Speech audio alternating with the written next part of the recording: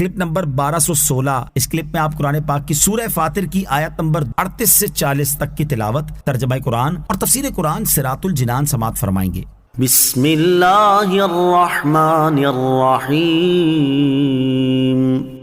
ترجمہ، اللہ کے نام سے شروع جو نہایت مہربان رحمت والا ہے۔ ان اللہ عالم غیب السماوات والارض انہ علیم بذات الصدور۔ ترجمہ، بے شک اللہ آسمانوں اور زمین کی ہر چھپی بات کو جاننے والا ہے، بے شک وہ دلوں کی بات جانتا ہے۔ ان اللہ عالم غیب السماوات والارض، بے شک اللہ آسمانوں اور زمین کی ہر چھپی بات کو جاننے والا ہے، یعنی آسمانوں اور زمین میں جو چیزیں بندوں سے غائب اور ان سے مخفی ہیں ان تمام چیزوں کو اللہ تعالیٰ جانتا ہے۔ جب اس کی شان یہ ہے تو اس پر کفار کے احوال کس طرح مخفی رہ سکتے ہیں؟ اللہ تعالیٰ جانتا ہے کہ اگر اب بھی انہیں دنیا میں لوٹا دیا جائے تو وہ کفر ہی کریں گے، اور بے شک اللہ تعالیٰ دلوں کی بات جانتا ہے۔ هو الذي جعلكم خلائف في الأرض فمن كفر فعليه كفره ولا يزيد الكافرين كفرهم عند ربهم إلا مقتا ولا يزيد الكافرين كفرهم إلا خسارا۔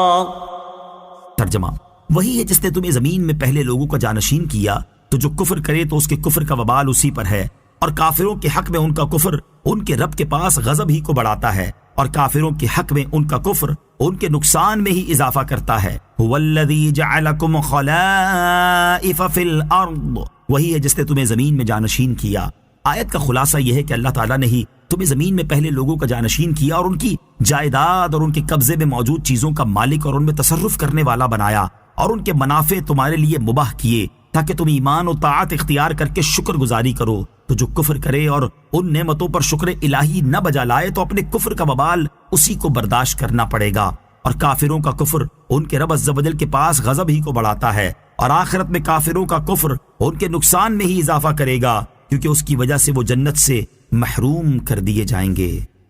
قل ارأيتم شركاءكم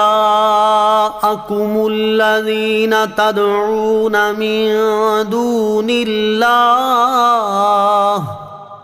أروني ماذا خلقوا من الأرض أم لهم شرك